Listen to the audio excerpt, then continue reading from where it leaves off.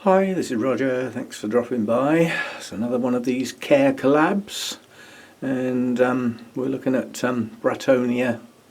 Well, I think that's what it's currently called. It keeps changing. The bits in it keep changing, so the overall thing. But Bratonia. Anyway, Shelob Tolkien. That's the important bit. Bit on the front, to me, is far less important.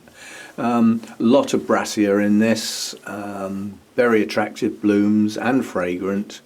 But before we go any further, as is traditional, we need to stop and do the other channels taking part. So, as usual, in a galaxy, growing orchids far, far away.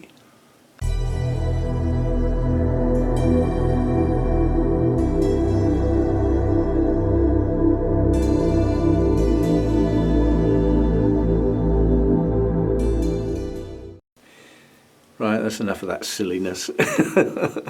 I've started that, so I've just got to keep it going now, haven't I? It's expected.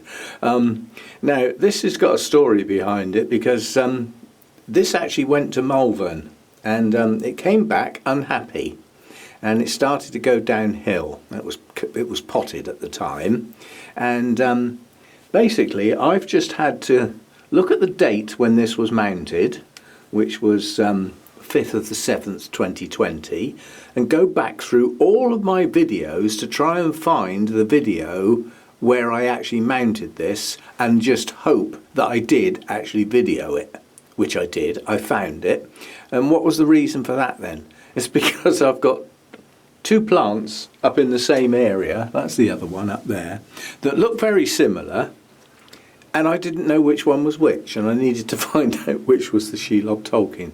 But this was recognisable from the video on the grounds that the mount curves up slightly with a pointy bit, and at the time it was mounted it had this bulb and this bulb over here, which was in bloom, and there's the flower spike down in there. And also it had a sawn off look to it.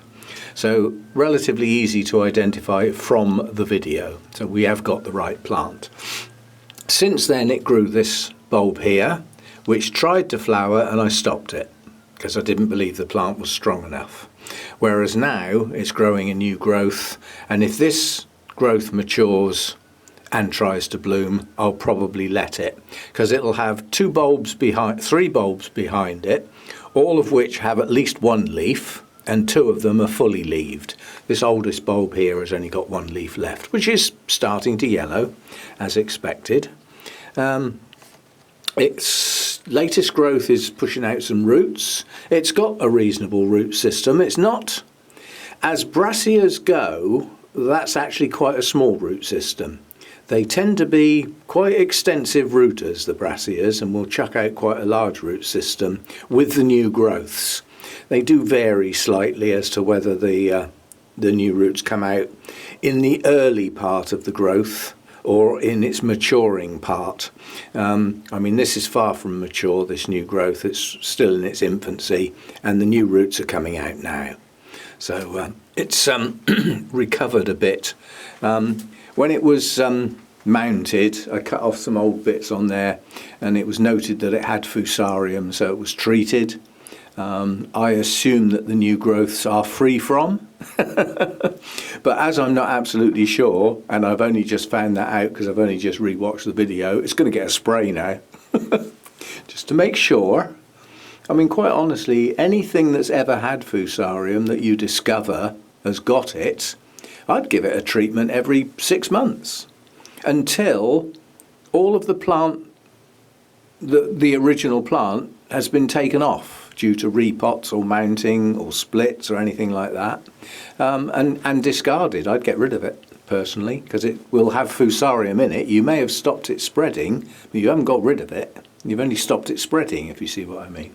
So yeah, so I shall now give that a fungicide spray, and then 10 days time it'll get another one. Just, you know, it's got a nice new growth growing with roots that don't seem to be failing, and these older roots seem okay, so it's probably okay, but let's just make sure. So as far as this is concerned, this gets pretty bright light. It's not in the roof, not up in the roof, but it's relatively close to it, and it's in the one place that doesn't get any shading. That glass up there has just got that whitewash stuff on it, very, very thin. And the reason it's got the whitewash stuff on it is that in the summer, you wouldn't be able to see out, I don't suppose, but you can see there's a roof next door through the glass, possibly. I expect the camera's trying to focus on the glass. But anyway, the sun comes round and comes in here as it's setting. So this window lights up quite bright in the summer. So I pick on things that don't mind that level of light late in the evening. So it's, you know, it's almost full sun. That amount of white stuff on the glass is not much. So quite bright light, and that's the brassica element in it. Of all the Oncidium types, I'd say the brassicas probably will put up with the brightest light. Some of them are likely to need the brighter light to get a decent blooming on them, but I've never proved that one way or the other. So, you know, that's more like a guess than anything. But when they're actively growing, they drink, like most Oncidium types can come into most orchids really, if they're in active growth, feed and water well. Now, this is going to be growing on through the winter, so it won't grow as fast as it would have done if it was now May or June. Well, it isn't. It's October, heading towards November. So this will progress slowly, and as such, might not reach full size, just because of the time of year. And there's quite a few Oncidium types, probably more so with the intergenerics because of the muddle that the plant gets in due to its genetic makeup coming from different places. It's not a straightforward thing derived from evolutionary processes. It's man-made basically, so it gets in a muddle. And some Oncidium types haven't got an annual cycle. It's less than. It's more like 10 or 11 months. So they can sort of bloom at different times of year. The closer you are to the species, the less likely that's to happen. So anyway, but as far as looking after this is concerned, this doesn't get any special treatment whatsoever. It gets watered every time I water my mounts, no matter what the time of year is. And if I'm feeding my mounts, it will get fed. If I'm not, it won't. So no special care whatsoever. It seems to be doing a bit better on the mount than it did in the pot. But as I said, it got upset by going to Malvern. There was a heat wave on. It was in a marquee for 1, 2, 3, 4, at least 4 days, possibly 4.5 days. And it just got upset. It just didn't like that environment. It came home totally stalled. And it's sort of getting going again now. And hopefully we should see some blooms on that latest growth, providing that latest growth grows to a reasonable size. If it ends up being a little bit weak and not up to the size of the other bulbs on there at least, then I'll stop the bloom again and let it grow another one. So anyway, that's it. There's a story behind this one with the losing track of which one's which. And now that I've identified it, I'm going to go and do a tag. That way I won't get those two plants muddled up ever again, because I know which the pair are. The other one's Sweet Sugar. So all I need to do is put a tag on one of them and I know what the other one is, if you see what I mean. But they're just similar and I keep them in the same place. You know, it doesn't help, does it?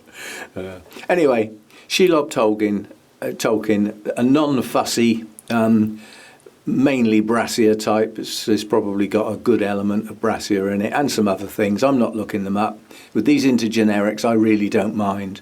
If it's a spidery looking orchid, then it's got a lot of brassica in it. If it's got a lot of brassica in it, it's highly unlikely to be a cool grower. It'll take normal Oncidium care and it'll do fine. So there we go. That's that one done.